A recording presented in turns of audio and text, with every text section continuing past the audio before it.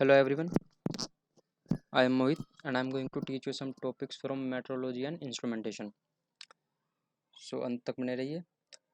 Today's our topic is linear measurement. इसकी audience कौन कौन है? सभी ब्रांच है, चाहे वो कोई भी ब्रांच हो. हर किसी को वर्कशॉप में काम करना पड़ता है किसी न किसी सेमेस्टर में. तो चाहे वो मैकेनिकल हो, इलेक्ट्रिकल हो, सिविल हो, इलेक्ट्रॉनिक्स हो, कोई भी ब्रांच हो, उन सब के लिए ये वीडियो है. तो इस वीडियो में हमने 5 टॉपिक्स क्लियर किए हैं: engineer scale, vernier calliper, micrometer, vernier height gauge and vernier depth gauge. तो एक एक करके इन टॉपिक्स के बारे में हम पढ़ेंगे. फर्स्ट, सबसे पहले लीनियर मेजरमेंट क्या है. लीनियर मेजरमेंट का मतलब है कि length, diameter, height and thickness की मेजरमेंट्स लेना, इंटरनली और एक्सटर्नली दोनों. और वो इंस्ट्रूमेंट जो लीनियर मेजरमेंट के लिए यूज़ किए जाते हैं, दो इंस्ट्रूमेंट यूज़ किए जाते हैं. First direct measuring instrument, second non direct measuring instrument. Direct measuring instruments भी दो पार्ट में डिवाइड है, first graduated and second non graduated. So first is engineer scale. So engineer steel rule को scale भी कहते हैं और एक लाइन मेजरिंग डिवाइस है. ये बहुत ज़्यादा यूज़ किया जाता है वर्कशॉप में कह लीजिए, या फिर डेली लाइफ में ये बहुत यूज़ किया जाता है. बचपन से हम इसको यूज़ करते आ रहे हैं स्केल को. इसका वर्किंग प्रिंसिपल, ये एक बेसिक मेजरिंग टेक्निक पे वर्क करता है. उसकी मेजरमेंट लेते हैं. It consist of strip of harden steel having line graduations engraved eight interval of fractions of a standard unit of length. ये जो डिग्री ऑफ एक्यूरेसी है वो ग्रेटली डिपेंड करती है रूल की क्वालिटी पे और यूज़र की स्किल्स पे. तो ये बहुत इम्पोर्टेंट है कि जब भी हम मेजरमेंट ली जाए तो जो रूल है और हम तो ऑन द एंड एट, अगर हम ऐसा नहीं करेंगे तो वहाँ पे एक एरर होगा जिसको पैरेलैक्स एरर कहते हैं. जैसे कि हम इस डायग्राम में देख सकते हैं, हमें ए पॉइंट पर मेजरमेंट लेनी है. अगर हम 90 डिग्री पर देख रहे हैं, जो पी से डिनोट कर रहा है, 90 डिग्री पर देखते हैं तो हमें एकदम एग्जैक्ट दिख रही है मेजरमेंट कहाँ पे है. और अगर हम बाकी किसी एंगल पे देखते हैं, जैसे कि हम आर जो रिप्रेजेंट कर रहा है उस एंगल पे देखते हैं, या फिर जो क्यू रिप्रेजेंट कर रहा है उस एंगल पे देखते हैं, तो कहीं ना कहीं लगभग 1 mm का एरर आ रहा है. तो अगर हमें एक्यूरेट रीडिंग लेनी है तो हमें 90 डिग्री से लेनी होगी, क्योंकि एक्यूरेसी सेंस ऑफ साइट पे भी डिपेंड करती है. और कुछ स्केल्स होते हैं जो स्पेशल अटैचमेंट या फिर स्पेशल फीचर्स के साथ मार्केट में आते हैं, अवेलेबल होते हैं. जैसे कि जो काफ़ी छोटे स्केल्स होते हैं उन पे हैंडल प्रोवाइड कर दिया कराया जाता है, जिससे उनका यूज़ अच्छे से हो सके. या फिर आजकल आपने देखा होगा civil, it can be use for measuring external and internal dimensions. ये एक्सटर्नल और इंटरनल दोनों डायमेंशन को मेजर करने के लिए यूज़ हो सकता है. इसका वर्किंग प्रिंसिपल है, ये एक वर्नियर मेथड पे काम करता है. वर्नियर मेथड में मतलब कंस्ट्रक्शन. इसके मेन कंपोनेंट्स हैं main scale, vernier scale, jaws. इसमें दो जोज होते हैं, first fix jaw and second sliding jaw. Fourth lock nut, fifth fine adjusting screw and sixth is depth measuring blade. और जो ये है जिसको मैं शो कर रहा हूँ, ये दो ऊपर के जो दो जोज हैं वो इनर जोज है जो इंटरनल मेजरमेंट के लिए यूज़ किए जाते हैं. ये एक बार है. मूवेबल जो है स्लाइडिंग जो है उस पर वर्नियर स्केल होता है. ये लॉकनट का काम होता है, जब भी हम मेजरमेंट लेते हैं तो जैसे ही टाइट कर देते हैं ताकि स्लाइडिंग जो अपनी जगह से हट ना सके, डिस्प्लेस ना हो सके. और फाइन एडजस्टमेंट स्क्रू का काम क्या होता है, इसका काम ये है कि अगर हमें, और फिर है डेप्थ रोड जो डेप्थ मेजर करने के लिए काम आती है. अब लिस्ट काउंट क्या होता है. लिस्ट काउंट वो मिनिमम डायमेंशन होती है जिसको हम मेज़र कर सकते हैं उस इंस्ट्रूमेंट से जिसका भी वो होगी. जैसे वर्नियर कैलिपर का लिस्ट काउंट 0.1 और 0.02 mm होता है. यहाँ इसमें बहुत बड़ी कन्फ्यूजन होती है. कई बार ये क्वेश्चन वाइवा में या इंटरव्यू में पूछा जाता है कि वर्नियर कैलिपर का लिस्ट काउंट क्या होता है. तो अगर आपने 0.1 बोला तब भी आप ठीक है, और अगर आपने 0.02 बोला तब भी ठीक है. इसको भी हम आगे डिटेल में पढ़ेंगे. तो लिस्ट काउंट का फॉर्मूला होता है 1 minus VSD divided by MSD. VSD means vernier scale. तो next is types of vernier caliper. Vernier caliper 3 type के होते हैं. First type A, in vernier caliper पे दोनों साइड पे एक्सटर्नल और इंटरनल मेजरमेंट के लिए ब्लेड के लिए जोज होते हैं, और एक ब्लेड होता है डेप्थ मेजरमेंट के लिए, जो आप अभी स्क्रीन पर पिक्चर देख रहे हैं। सेकंड है टाइप बी। इसमें जोज होते हैं सिर्फ एक साइड पे, एक्सटर्नल और इंटरनल डायमेंशन के लिए। जो क्या, और टाइप सी, इस पे जोज होते हैं दोनों साइड पे, लेकिन इसमें कोई किसी भी तरह का डेप्थ मेजरमेंट के लिए कुछ नहीं होता। अब इसमें हम दो इन जोश से हम मार्किंग भी कर सकते हैं और मेजरमेंट भी ले सकते हैं। तो चलते हैं अगले टॉपिक पे।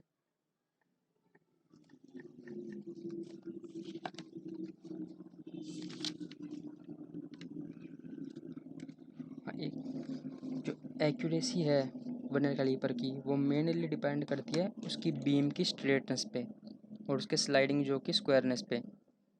क्योंकि हमारे पास जो वर्कशॉप में यूज़ किया करते हैं हम वर्नियर कैलिपर, वो लो एक्यूरेसी का होता है। तो जो स्लाइडिंग जो कि स्क्वायरनेस है, उसको हम कैसे अटेन कर सकते हैं? तो मेजरमेंट लेने से पहले स्लाइडिंग जो को लोक नट से टाइट करना, उससे वो स्क्वायर हो जाता है पूरा, और हमारी मेजरमेंट सही आती है, उसमें कोई एरर नहीं आता। अब है माइक्रोमीटर। माइक्रोमीटर भी एक प्रिसिशन इंस्ट्रूमेंट है जिसको यूज़ किया जाता है डायमीटर या फिर थिकनेस को मेज़र करने के लिए।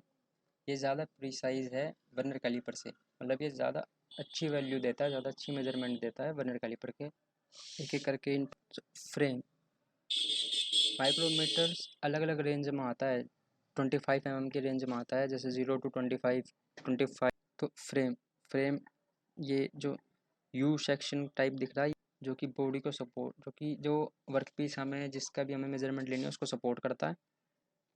अब स्पिंडल स्पिंडल लोकनट लोकनट का काम है, जब स्पिंडल टच में आ जाता है वर्क पीस के, जैसे वर्क पीस लगा हुआ है, जब स्पिंडल वर्क पीस के टच में आ जाएगा तो हम लोकनट को नट टाइट कर देंगे, जिससे हम थिम्बल को मूव नहीं कर पाएंगे आगे, थिम्बल को रोटेशन नहीं दे पाएंगे, जिससे स्पिंडल स्लीप पे मेन स्केल रीडिंग होती है एंड थिम्बल पे माइक्रोमेटिक या फिर माइक्रोमीटर स्केल होता है, या फिर सर्कुलर स्केल भी हम बोल सकते हैं। और थिम्बल का काम होता है, जब भी हम थिम्बल को रोटेट करते हैं तो स्पिंडल आगे मूव करता है। और अब है रैचिट। रैचिट का काम क्या होता है? अब लेट सपोज अब लिस्ट काउंट माइक्रो, जो कि आप देख रहे हैं list count pitch of the screw divided by number of divisions on thimble. अब पिच ऑफ द स्क्रू 0.5 होती है, हम इसमें लेते हैं, और नंबर ऑफ डिवीजन थिम्बल पे 50 है, तो इनको डिवाइड करेंगे तो 0.01 mm आएगा। The line opposite the number scale on the sleeve 0.5 mm, नीचे वाली लाइन 0 और नीचे वाली लाइन के बीच में 0.5 mm का है, और ऊपर और नीचे वाली लाइन के बीच में 0, each line on the thimble is equal to 0.01 mm। हम इसमें रीडिंग कैसे लेते हैं? रीडिंग इस सेंटर लाइन से ली जाती है, इस सेंटर लाइन को इस सर्कुलर स्केल के रेस्पेक्ट में। तो हम एग्जांपल के तौर पे देखते हैं इसकी रीडिंग क्या होगी। अब हम कैलकुलेट करते हैं 1 2 3 3.26 3 पॉइंट। अब टाइप्स ऑफ माइक्रोमीटर हमने कुछ मेन माइक्रोमीटर के बताया। It is use to first is outside micrometer. It is use to measure external dimension such as the outside diameters of an object. ये आउटसाइड डायमीटर को measure करने के लिए काम आता है। It is most commonly use type of micrometer, सबसे ज़्यादा ये यूज़ होता है। Inside micrometer, it is use to measure inside dimensions like inside diameter of hole and tube.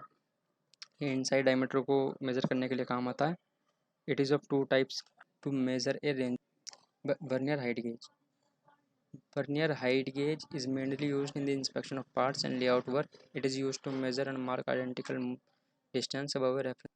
ये किस काम आता है? ये हाइट्स को मेज़र करने के लिए और मार्किंग करने के लिए काम आता है। इसके मेन पार्ट्स हैं बेस, बीम, मेजरिंग जो एंड स्क्राइबर, ग्रेजुएशंस, स्लाइडर। तो हम फिगर में देखते हैं, यह है base.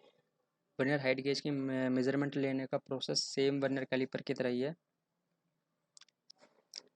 It consists of vertical bar mounted on a heavy base. A sliding head with a pointer is carried on a rectangular bar. The bar and the head are graduated. True surface देता है, एक plane surface देता है जिससे हमारी reading में कोई error आने की गुंजाइश नहीं होती. The base of the height gauge is made up of cast iron and the beam is made up of stainless steel. एक इम्पोर्टेंट फीचर होता है हेड गेज में कि हम एक स्पेशल अटैचमेंट इसमें लगा सकते हैं, फिट कर सकते हैं स्क्राइबर की जगह पे, स्क्राइबर वाले या फिर स्क्राइबर वाले पार्ट पे, उसको डेप्थ गेज में कन्वर्ट करने के लिए. तो यही इसका एक फीचर है. प्रिकॉशंस, इसके प्रिकॉशंस क्या हैं यूज़ करने के? सबसे पहले मेज़रमेंट लेने से पहले हमें ये देखना ज़रूरी है कि जो बेस है वो क्लीन है या नहीं. बेस क्लीन होना चाहिए जिससे अनइवन एरर ना आए. Second is kept in case when not in use. जब वो यूज़ में ना हो तो उसको संभाल के रखना चाहिए. ये नहीं कि वो बाहर ही रखा है और उस पर डस्ट लग रहा है, ऑयल लग रहा है, कुछ लग रहा है, ऐसा कुछ नहीं होना चाहिए. Now is vernier depth gauge. Vernier depth gauge is used to measure depth of holes, recess and distance from a plane surface to a projection. Vernier depth gauge को यूज़ किया जाता है डेप्थ को मेज़र करने के लिए, किसी whole की डेप्थ को मेज़र करने के लिए. इसका वर्किंग प्रिंसिपल और लीस्ट काउंट वर्नियर कैलिपर वाला ही है. It consist of A stainless steel head and a beam. The head slides along a beam and can be tightened with the help of a locking screw. ये जो head है इसका, आप ये देखिए, हमें इस डेप्थ की मेज़रमेंट लेनी है. तो ये बेस है, ये बेस यहाँ पर प्लेस है और ये जो हमारी बीम है जिससे हमें मेज़रमेंट लेनी है, हम इसको स्लाइडर के थ्रू स्लाइड करके नीचे तक लाएंगे, जहाँ से हमें बेस तक लाएंगे टच लेके, जहाँ से हमें मेज़रमेंट लेनी है. और वर्नियर स्केल इसका स्लाइडर पे है, मेन स्केल से ग्रेजुएशन पे है, वर्नियर हेड गेज की तरह.